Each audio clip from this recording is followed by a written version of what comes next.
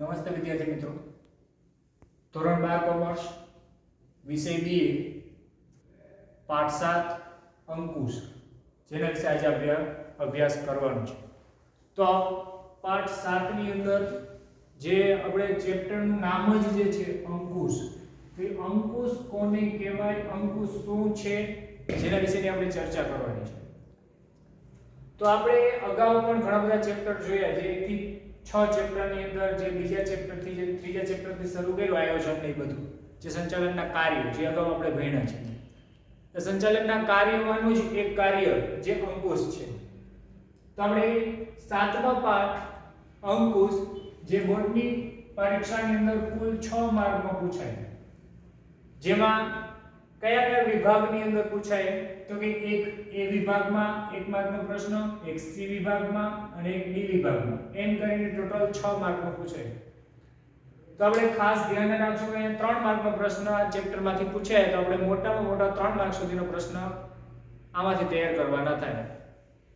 તો આ જે અંકુશ જે છે, અંકુશ કોને કહેવાય, જેના માટે હું તમને એક ઉદાહરણ આપીને સમજાવું. અંકુશ એક્ઝામ્પલ તરીકે કોઈ એક ઘોડે સવાર, ઘોડા પર બેસીને સવારી કરતો હોય, તો એ ઘોડો તો પોતાની રીતે ચાલતો હોય છે, પણ જે એમની અંદર ઘોડો ચાલવાનું કામ કરે છે, જે ઉદાહરણ આપ્યું એમાં આપણે ઘોડો છે એ શું કામ કરે છે, ચાલવાનું કામ કે દોડવાનું કામ કરતો હશે, પણ એ ઘોડાને કઈ જગ્યાએ જવું છે એના ઉપર સવારી કરનાર વ્યક્તિ ઉપર નક્કી કરે કે મારે ક્યાં જવું છે, જેના માટે એને લગામ કહે. ઘોડાને કંટ્રોલ કરવા માટે લગામ આવે કે જે લગામ દ્વારા આપણે નક્કી કરી શકીએ કે એને ક્યાં લઈ જવો છે, અને આપણે ઉપર બેઠા બેઠા લગામ જે સાઈડ ખેંચીએ એ સાઈડ ઘોડો જતો રહે. એમ અંકુશનું કામ પણ એવું જ છે કે તમે જે કામ કરો છો એ કામની ઉપર દેખરેખ રાખવાની, એમાં કાંઈ ફેરફાર કરવો હોય તો એ ધ્યાન રાખીએ તો પણ ખબર પડે. એટલા માટે એ ઉદાહરણ મુજબ જ અંકુશનું કામ પણ એવું જ રહે છે ધંધાની અંદર. જેમ આપણે ઘોડા ઉપર અંકુશ રાખવો તો એનો લગામ કહેવાય, કેમ કે ઘોડો છે આપણાથી પકડી ન રખે, પણ લગામ આપણા હાથમાં હોય તો ઘોડો આપણે જે રીતે એને ચલાવવો એ રીતે ચલાવી શકીએ. ધીમે અથવા તો ફાસ્ટ દોડાવવો હોય તો ફાસ્ટ પણ દોડાવી શકીએ. એનું શું રીઝન છે, તો કે એના આપણી લગામ છે એની આપણા હાથની અંદર, એટલા માટે આપણે એને દોડાવી શકીએ કે ચલાવો તો ચલાવી શકીએ, જેનાથી આપણે એનું આખું હેન્ડલિંગ કરી શકીએ. એટલા માટે ઘોડાની અંદર જેમ લગામ આવે છે, ધંધાકીય એકમની અંદર લગામની સરખામણીમાં આપણે અંકુશ લેવાનું છે. તો આગળ સંચાલનની પ્રક્રિયા જે ચાલુ થાય તો ક્યાંથી શરૂ થાય છે, જે અગાઉ ભણ્યા એ પ્રમાણે જોયું તો કે આયોજનથી શરૂ થાય અને અંકુશ જે આજે આપણે ભણવાનું છે ત્યાં પૂરી થાય છે. એટલા માટે સંચાલનની પ્રક્રિયામાં ક્રમની દ્રષ્ટિએ જોવા જઈએ, સંચાલનની પ્રક્રિયાની ક્રમની અંદર જોવા જોઈએ તો પ્રથમ નંબરે આવે છે આયોજન અને છેલ્લા નંબર ઉપર આવે છે અંકુશ. કે જેમાં આયોજન શરૂ કરો ત્યારથી માંડીને છેલ્લે અંકુશ આવે પછી કામ પૂરું થાય ત્યાં સુધી કન્ટિન્યુ ચાલુ રહેતું હોય છે ધંધાકીય એકમની કામ કરવાની પ્રક્રિયા. તો સંચાલનની અંદર આપણે જે શું કરતા હોય કે જુદા જુદા કામ કરવા માટે નવી નવી પ્રવૃત્તિઓનું કંઈક ને કંઈક આપણે આયોજન કરતા હોય, કંઈક યોજનાઓ બનાવતા હોય. એટલા માટે થઈને સંચાલનમાં જે કંઈ કાર્યોની પ્રગતિ કરવા માટે કોઈ પણ કામ છે એમાં આગળ વધવું કોઈ જાતનું, તો આગળ વધવા માટે એના માટે અમુક નક્કી થયેલા ધોરણો કે કંઈક કાર્ય કરીએ છીએ તો કામ કેવી રીતે કરવું, કેટલા પ્રમાણમાં કરવું, કયા સમયે કરવું, એ બધા ધારા ધોરણો નક્કી કરવા પડે. એ નક્કી થયેલા ધોરણો મુજબ અને એ બધી જ બાબતોને એકબીજા સાથે સરખામણી કરી સમયને ધ્યાનમાં રાખી અને જો એમાં કોઈ વિચલનો આવે, વિચલન એટલે અવરોધો, અટકણો, કામ કરવામાં કોઈ અટકણ ઊભી થાય, કોઈ સમસ્યાઓ આવે તો એની માહિતી આપણે મેળવવી પડે, એટલે કે જાણકારી લેવી. જાણકારી મેળવ્યા બાદ એટલે કે એનું મેળવવાનું કાર્ય, વિચલનો જાણકારી એટલે કે એ જે કાર્ય છે એની અંદર જે માહિતીની જે અવરોધો આવે છે, એ માહિતી ક્યાં અટકાય છે, કામ ક્યાં અટકાય છે, એ માહિતી મેળવવાની.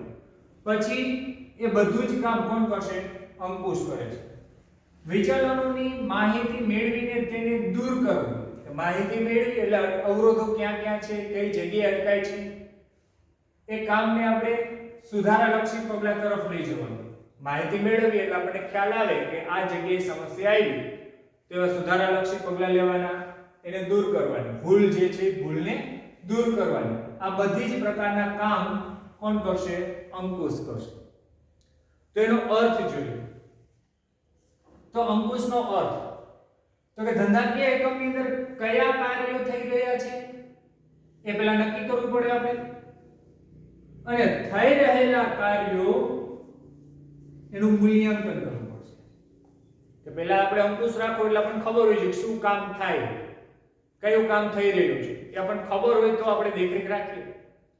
કે ભાઈ આપણે એક્ઝામ્પલ તરીકે કે સ્કૂલની અંદર પરીક્ષા ચાલતી હોય તો આપણને ખબર પડે ભાઈ ક્લાસની અંદર છે એટલે પરીક્ષા પ્રમાણે આપણે મૂલ્યાંકન કરવું પડે કે ભાઈ એ રીતે દેખરેખ રાખીએ. અથવા તો રેગ્યુલર કોઈ જાતનો આપણે ક્લાસમાં સાહેબ ભણાવતા હોય, શિક્ષકો ભણાવતા હોય તો એ પ્રમાણે મૂલ્યાંકન કરતા હોય. એટલે કયું કામ છે એ પ્રમાણે ક્લાસમાં ભણાવતા હોય ત્યારે કોઈ શિક્ષક છે બહુ સ્ટ્રિક્ટ ન હોય, પણ જ્યારે એક્ઝામ ચાલતી હોય ત્યારે શિક્ષક છે આપણી સાથે મોજ મસ્તી કરતા હોય તો એ સમય આપણી સાથે મોજ મસ્તી નહીં કરે, તો શું કરે? સ્ટ્રિક્ટલી રીતે શું કરશે? આપણી ઉપર મૂલ્યાંકન કરશે, આપણું દેખરેખ રાખશે કે આપણે કોઈ આડાવડા જોતા ન હોય, કોઈ ચોરી ન કરતા હોય, વગેરે બાબતનું જે આવતું હોય તે મૂલ્યાંકન કરતા હોય. એટલા માટે પહેલા તો કયા કામ થાય એ નક્કી કરવાનું, ને નક્કી થયા પછી એ કાર્ય ઉપર મૂલ્યાંકન થાય તો આપણને જાણવા મળે, જોવા મળે. અને જો જરૂર જણાય તો સુધારાલક્ષી પગલાં લેવા. ડાયરેક્ટ અંકુશ એ ફેરફાર ન કરી નાખે, પણ જરૂર જણાય તો જ ફેરફાર કરવાનો. એમાં કંઈક ખામીઓ જોવા મળે તો ફેરફાર કરવાના, અને એ પણ કેવા ફેરફાર? યોજના પ્રમાણે જ કામ થાય છે કે નહીં તે જોવાનું, ને એ પ્રમાણેના ફેરફાર કરવાના થતા હોય છે. આ રીતે અંકુશનું કાર્ય છે. અંકુશની વ્યાખ્યા શોર્ટકટ રીતે એવી કહી શકીએ કે આયોજન પ્રમાણે કામ થાય છે કે નહીં તે જોવાનું કાર્ય, જેને અંકુશ કહેવાય. કે તમે જે આયોજન કર્યું છે આયોજન પ્રમાણે કામ થાય છે કે નહીં તે જોવાનું કાર્ય જ શું છે? એક પ્રકારનો અંકુશ છે. એમ અહીં આપણને હેનરી ફેવલ પણ પોતાના મતે અંકુશનો અર્થ આપે છે. તો હેનરી ફેવલ શું કહે છે કે ધંધાકીય એકમની અંદર બધું જ નક્કી કરેલી યોજના મુજબ થાય. કે આપણે આયોજન કરવું પડે. જેમ કે અત્યારે આપણે 12મા ધોરણમાં ભણીએ તો બોર્ડની તૈયારી માટે આખું આયોજન તૈયાર કરવું પડે કે રોજ આ સમયે આખું ટાઈમ ટેબલ બનાવીએ ને, કે સ્કૂલની અંદર એ લેક્ચરનું ટાઈમ ટેબલ હોય, આપણે બોર્ડની તૈયારી કરવા માટે ઘરે ટાઈમ ટેબલ બનાવ્યું, આટલી કલાક લેસન કરવું, આટલી કલાક વાંચવું, વગેરે વગેરે જે ટાઈમ ટેબલ હોય એ પ્રમાણે નક્કી કરવું પડે. એટલા માટે હેનરી ફેવલ એવું કે બધું પહેલા અગાઉ નક્કી કરી નાખો, ને પછી તમે જે કાર્ય કરો છો એ નક્કી કરેલ મુજબ થાય છે કે નહીં જોવાનું. જરૂર જણાય તો સૂચના આપો. કે આપણે પણ કોઈને પૂછીએ ભાઈ મેં આયોજન કર્યું છે, કે કોઈ આપણે શિક્ષકોને પૂછીએ ભાઈ મારે બોર્ડની અંદર 90% લેવા છે, 95% લેવા છે, તો મારે કેવી રીતે આયોજન કરવું? આપણે આપણી રીતે તૈયાર કરી હોય, ભાઈ સૂચના કોઈ આપે એ પ્રમાણે પણ આપણે ધ્યાનમાં લેશું. એટલે સૂચના મુજબ અથવા તો સ્થાપિત ધોરણો મુજબ ચાલતું હોય. અંકુશનું કામ એવું છે કે ધ્યાન આયોજનને રાખવું પડે. ધ્યાનમાં કોને રાખવું પડે? આયોજન. એમાં અમુક સ્થાપિત ધોરણો એટલે કે નક્કી થયેલા અગાઉથી એ પ્રમાણે જ ચાલવું પડે. તેની ચકાસણી કરવી. અગાઉ જે નક્કી થયેલા છે ધારાધોરણો એ મુજબ ચકાસણી કરવી તે અંકુશ નું કાર્ય છે.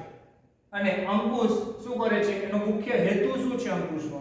તો કે નબળાઈઓને ગોતવાની, એટલે કે શોધવાની, એને પકડવાની, કઈ જગ્યાએ નબળાઈ છે, કઈ જગ્યાએ ખામી છે એને શોધવાની. પછી શું કરવાનું? જરૂર જણાય તો એને સુધારા કરવાના. અને એ સુધારા પછીનું મુખ્ય હેતુ એનું એ જ છે કે સુધારા કર્યા પછી ફરીથી ન ભૂલ થાય એ માટેને અટકાવી શકાય. એટલા માટે અંકુશનું મુખ્ય કાર્ય છે સુધારાલક્ષી પગલાં લેવા, સુધારા કરવા અને ફરીથી એવી ભૂલો ન થાય એ જ કામ અંકુશ કરે છે. એમ પીટર એફ ડ્રકર પણ એવું જ કહે છે પ્રયત્ન અને પરિણામ. પ્રયત્ન અને પરિણામ કે તમે પરિણામ જોઈએ છે, બોર્ડમાં 100% લેવા છે, બોર્ડમાં ફર્સ્ટ આવવું છે, પણ એના માટે પહેલા પ્રયત્ન કરવા પડશે.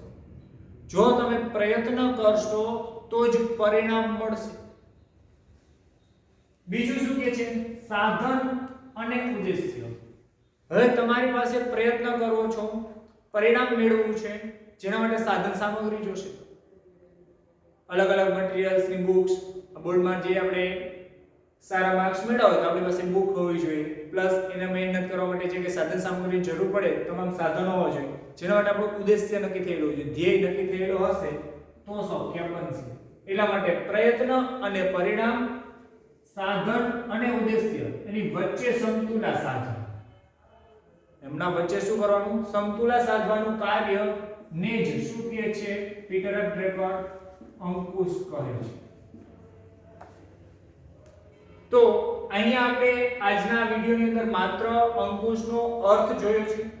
હવે આવતા વિડિયોની અંદર આપણે અંકુશની લાક્ષણિકતાઓ 9 કે 10 આપેલી છે, જેના વિશે આપણે ચર્ચા કરીશું. નમસ્તે.